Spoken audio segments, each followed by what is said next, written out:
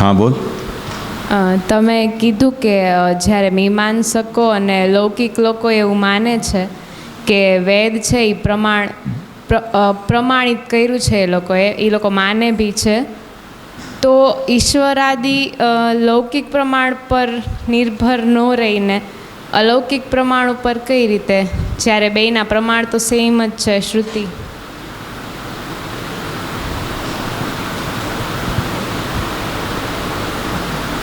समझायो प्रश्न कोई ना? ઈશ્વરાદિ કીધું હતું ને, ઈશ્વરાદિ લૌકિક નહીં, લૌકિક પ્રમાણ ઉપર.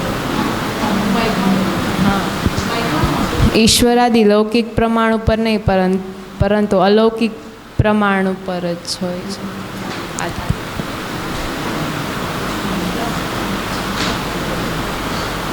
प्रश्न कुछ इस तरह से लग रहा है कि मीमांसकों ने वेद का प्रामाण्य स्वीकार किया है, परंतु सृष्टिकर्ता और फलदाता के रूप में वो ईश्वर को नहीं मानते हैं। मैंने ये कहा है। दूसरा,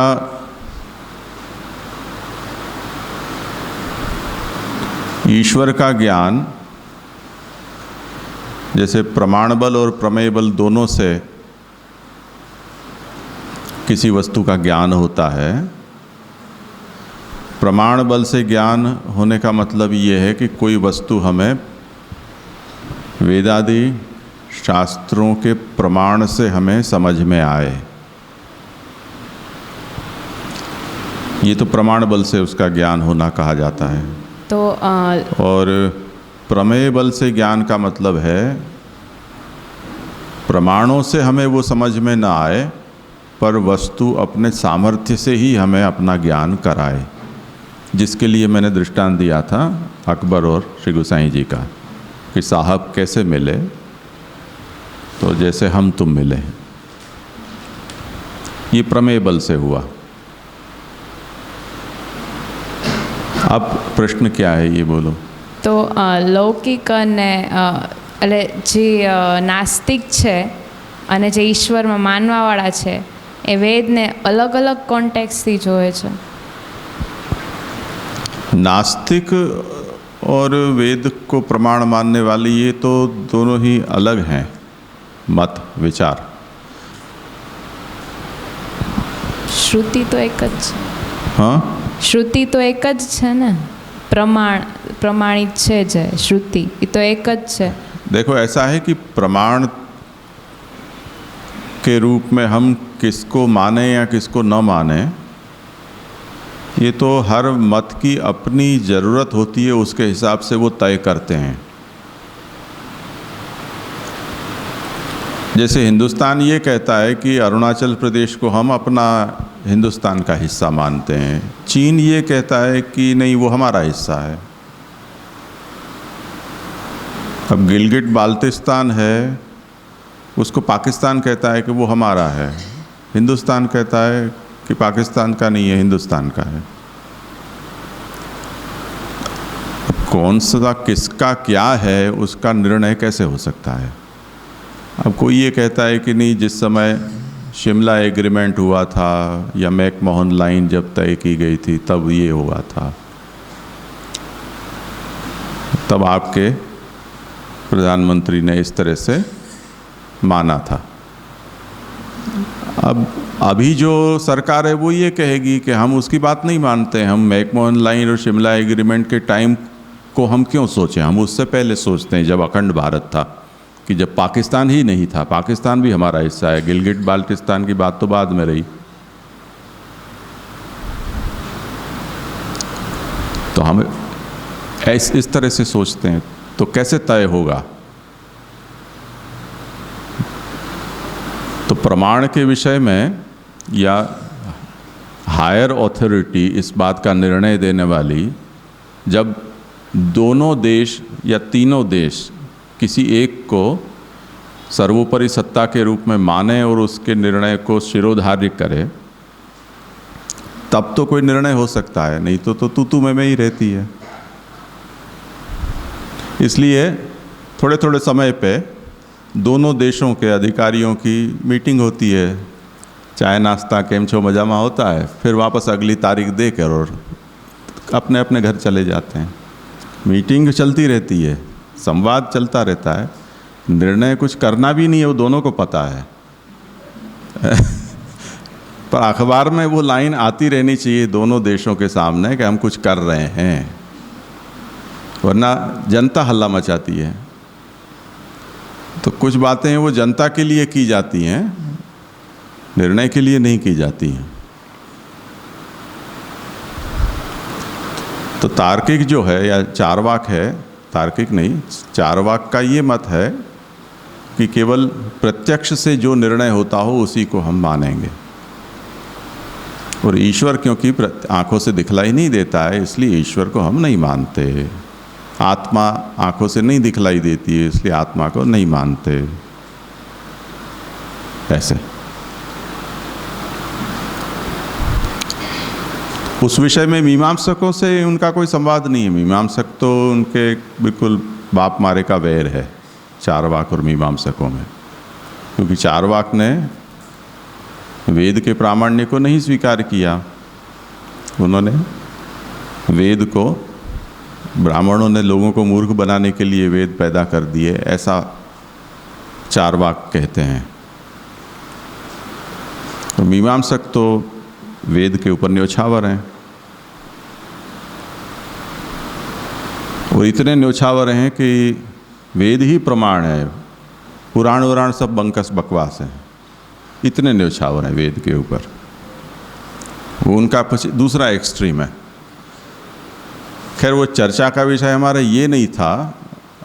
हम तो ये विचार कर रहे थे कि एक तो प्रमाणों में बलाबल होता है, कुछ प्रबल प्रमाण होते हैं, कुछ निर्बल होते हैं, कुछ प्रमाण अपने आप में स्वतंत्र रूप से प्रमाण होते हैं, कुछ किसके ऊपर निर्भर होते हैं, होकर प्रमाण होते हैं।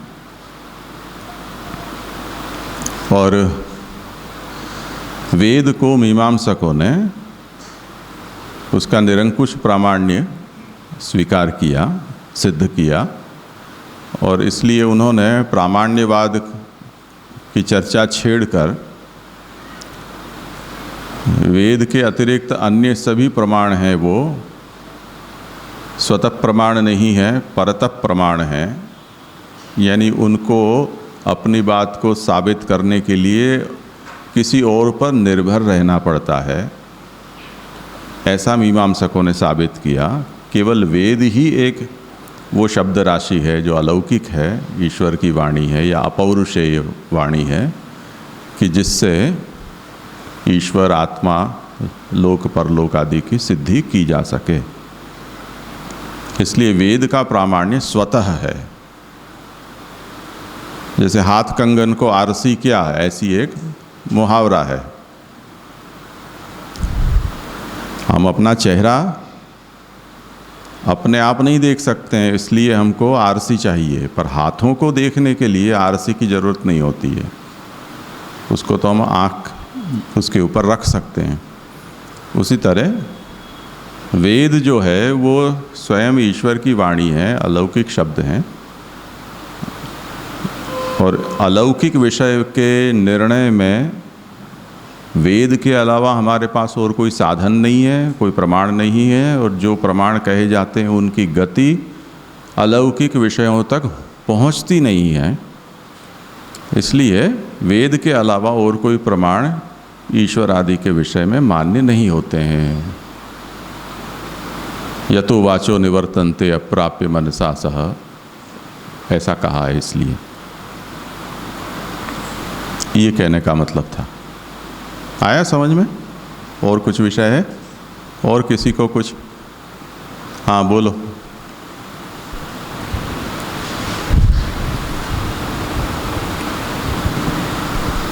हेलो। हाँ जी, आपने सुबह एक विषय लिया था, वो उसके बारे में सिर्फ इतना पूछना था कि जो आपने विधि बताई वो यज्ञ के लिए, वो मतलब वो आपने एक एग्जाम्पल तया बताई थी, पर क्या वो पार्ट ऑफ वेद में सिर्फ विधि ही आई है या उसका तात्पर्य भी है? क्योंकि अभी जो आप कौन सी विधि की बात कर रहे हैं? आप जो पशु यज्ञ की विधि की थी, हाँ हाँ, तो उसमें जैसे आपने सारे डिटेल्स दिए कि ये ऐसा होना चाहिए, ऐसा होना चाहिए, तो वो मतलब वो पार्ट ऑफ वेद में सिर्फ यही विधियाँ ही है यज्ञ की, या वो यज्ञ क्यों करने ये पार्ट भी है? या क्योंकि आपने सिर्फ काम्य पार्ट बताया था, पर इवन पहले भी हम ये ध्यान नहीं है कि उसका कोई तात्पर्य समझ में आया। वो नित्य कर्म के अंतर्गत आता है या नैमित्तिक में आता है, वो समझ में आया है, पर कोई कारण दिया है कि नहीं?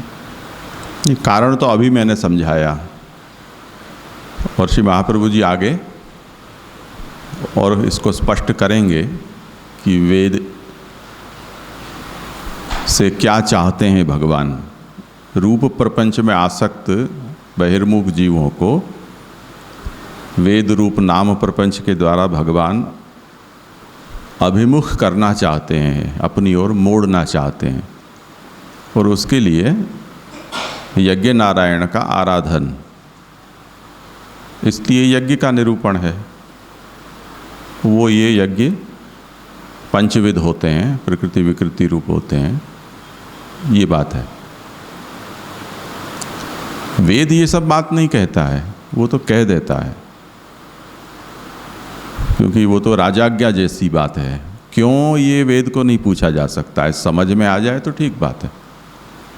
इसलिए हमने जो बेसिक कोर्स में इस बात को सबसे पहले कहा था कि शास्त्र हैं वो शासन करते हैं, वो राजवत और मित्रवत भी करते हैं। वेद में अधिकांश राजवत शासन है, पुराणों में मित्रवत है। उसमें वो सब क्यों, कैसे, ऐसे नहीं तो वैसे, वो सब ऐसी सब टेढ़ी मेढ़ी बातें वहाँ हैं। इसलिए दयानंद सरस्वती को ये बात नहीं समझ में आई, मीमांसा को भी ये बात समझ में नहीं आई, पर स्वयं वेद भी और महाभारत तो हमें ये कहते ही है कि वेद का उपब्रह्मण हमें इतिहास पुराणों से करना चाहिए, और जो इतिहास प्रमाण को समझे बिना केवल वेद के आधार पर जो निर्णय करते हैं, उनसे वेद डरते हैं कि ये कहीं मुझे मार न डालें। इतिहास पुराणाभ्याम वेदम समुपब्रह्मयेत बिभेत्यल्पश्रुतात् वेद मामयम प्रहरिष्यति। जैसे कोई बीमार व्यक्ति हो, एक्सीडेंट वाला मान लो, वो पड़ा है घायल अवस्था में, उसको अस्पताल पहुंचाने के लिए कोई अनाड़ी लोग दो चार इकट्ठे हो जाएं, तो वो ये कहेगा कि एम्बुलेंस को आने दो, मुझे पड़ा रहने दो, मुझे मार डालोगे अगर तुम उठाओगे तो, जैसा हूँ ऐसे ही रहने दो, क्योंकि उसको हैंडल करने की कोई ट्रेनिंग नहीं है। तो जो इतिहास पुराण का ज्ञान नहीं रखते हैं, ऐसे लोग जब वेद की व्याख्या करने बैठते हैं, तो वो बेचारा वेद भी डरता है कि कहीं जैसा थोड़ा बहुत बचाऊं वो भी तोड़ ताड़ के ख़त्म न कर दे मुझको। तो दयानंद आदि जो हैं और उसी की विचारधारा से जुड़े हुए मोदी साहब भी हैं, और रामदेव बाबा, और ये भी सब उसी विचारधारा के हैं। खैर, पर कम से कम नाम के वेद के पक्षपाती हैं, उतना भी अभी के समय के लिए पर्याप्त है। तो उसके लिए कहते हैं कि मामयम प्रहरिष्यति।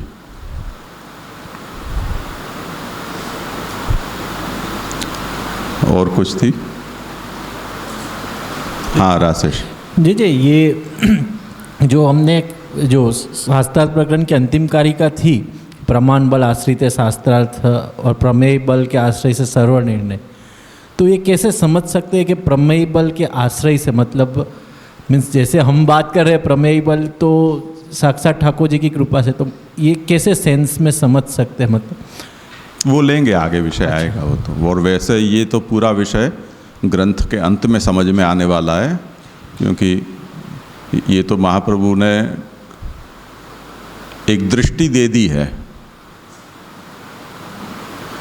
प्रमेय बल कैसे उससे समझ में आएगा, वो जैसे जैसे विषय चलेगा और वो पूर्ण होगा, तब जैसे स्कंधार्थ है वो स्कंद के अंत में समझ में आता है, प्रकरणार्थ प्रकरण के अंत में समझ में आता है, उसी तरह यहाँ भी ये बात है। तो उसके लिए थोड़ी धीरज चाहिए। हाँ जी, प्रमाण को जो आपने श्रुति और स्मृति ऐसे दो कैटेगरी, और वहाँ में भी फिर स्वतः और परतः प्रमाण, वहाँ में आपने श्रुति स्मृति ऐतिह्य पुराण को जो समझाए वो ख्याल में आयो।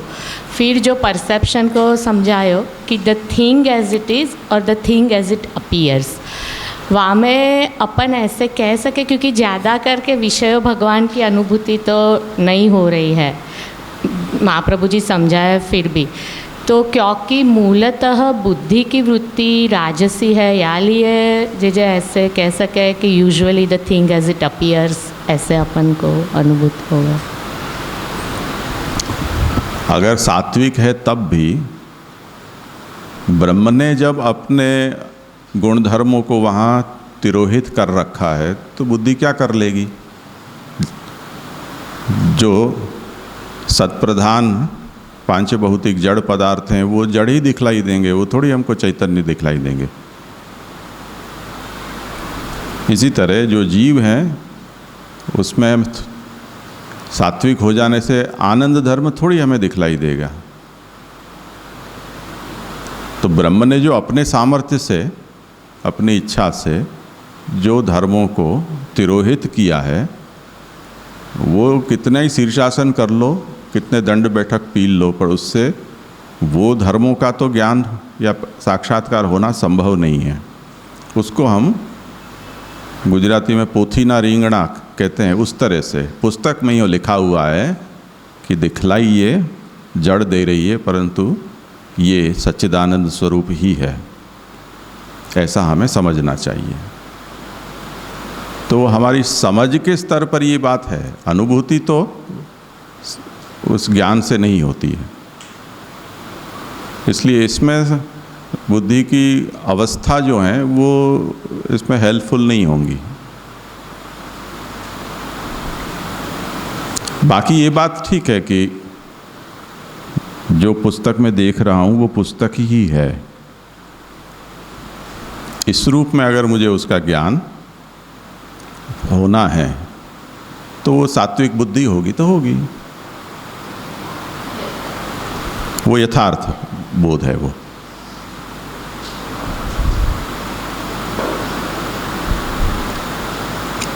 और किसी को कुछ है? हाँ, राजू भाई को दो।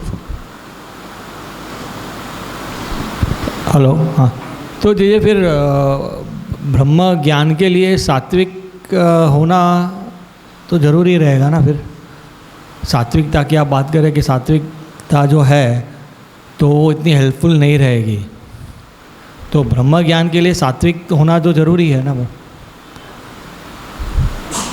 अनुभूति के लेवल में भी सात्विकता होनी ज़रूरी है ना। गोपी बताएगी अब।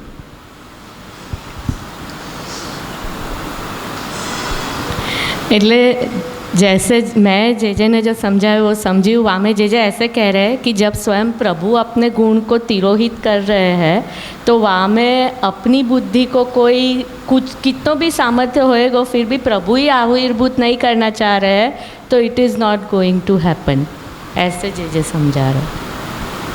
अब इसके ऊपर इनका प्रश्न है।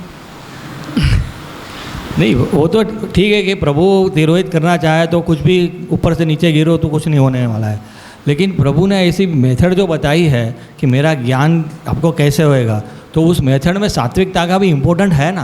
मैं वही बताना चाहता हूँ। सात्विकता का इम्पोर्टेंस है क्योंकि जे ने कही ना कि यथार्थ ज्ञान होनो, जैसे कि पुस्तक में भी सच्चिदानंदात्मक स्वरूपात्मानी भले अनुभूति के लेवल पे नहीं हो रहा है, पर ज्ञान के लेवल में यथार्थ बोध सात्विकता वाले को तो होएगा ना। राजसी और तामसी वाले को यथार्थ ज्ञान नहीं होएगा। फिर नहीं, वो यथार्थ ज्ञान बराबर है, वो पुस्तक ज्ञान है अपने को कि ये महाप्रभु जी ने बताया है कि भाई ये सब सर्वम खलु इदम ब्रह्म। मैं अनुभूति के लेवल की भी बात कर रहा हूँ, तो अनुभूति के लेवल में भी आने के लिए सात्विकता तो जरूरी रहेगी कि नहीं, बस मेरा ये क्वेश्चन है। अनुभूति में तो फिर भक्ति विल प्ले अ रोल ना जे वो तो फिर एक स्टेप आगे को है। जैसे जीवन मुक्त की अवस्था समझो, चलो अपने यहाँ ऐसे।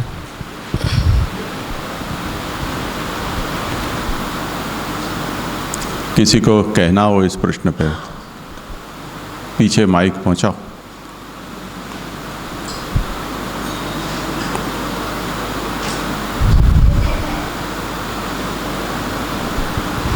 જે અનુભૂતિ માટે તો વરણ જ મેઇન સમજવું પડે ને, સાત્વિકતા શું કરી લેશે એવું.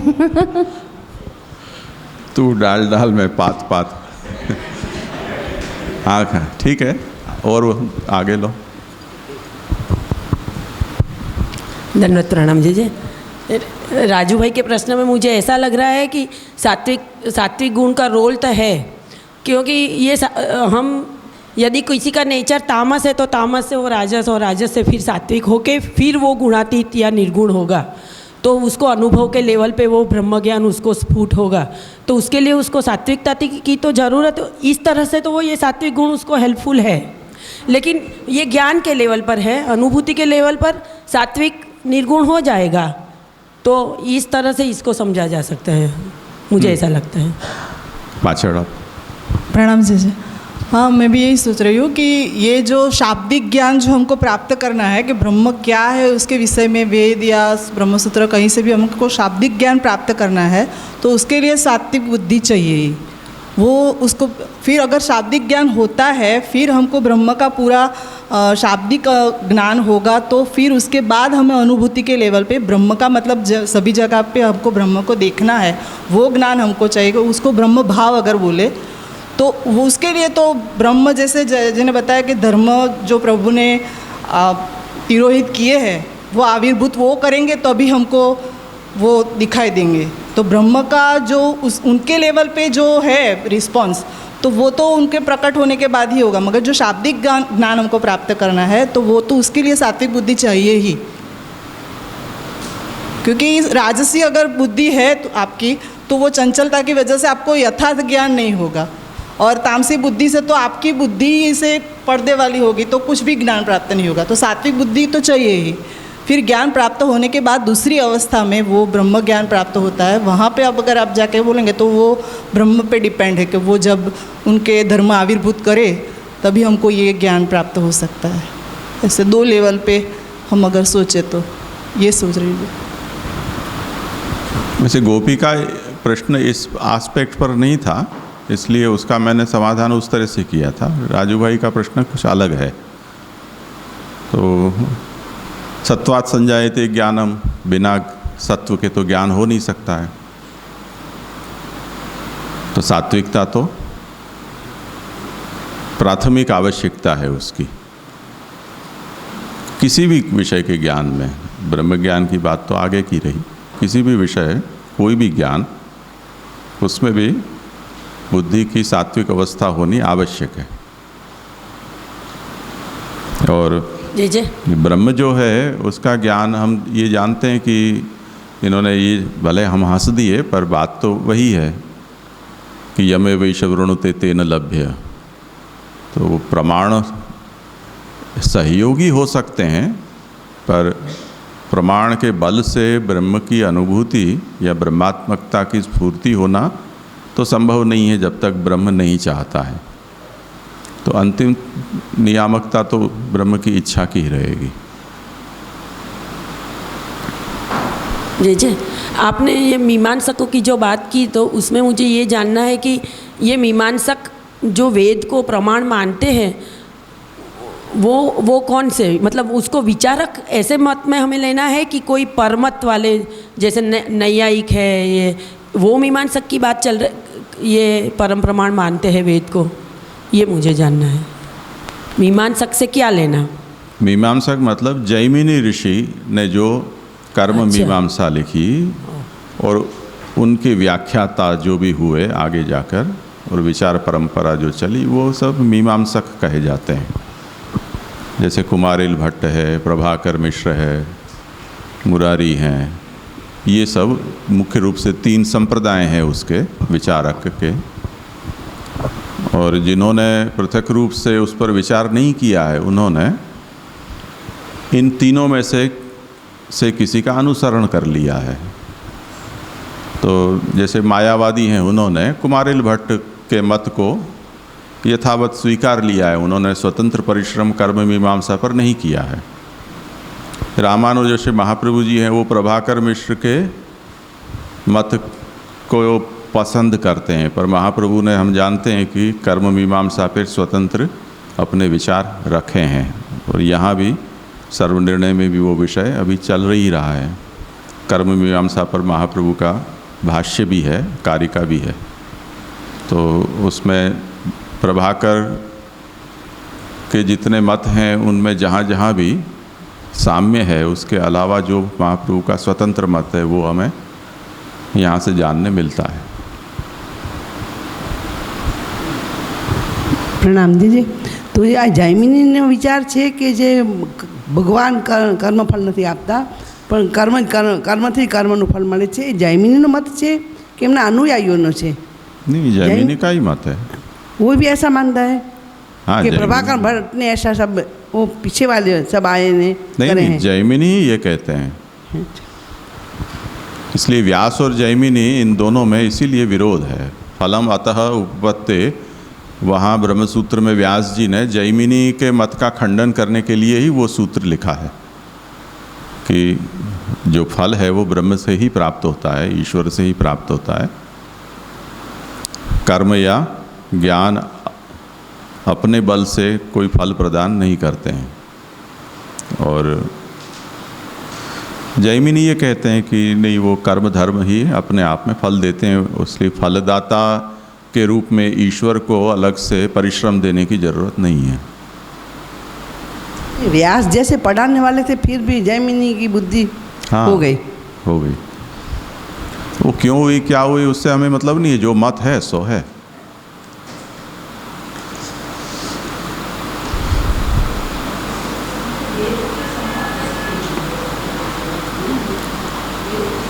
माइक में बोलो ना।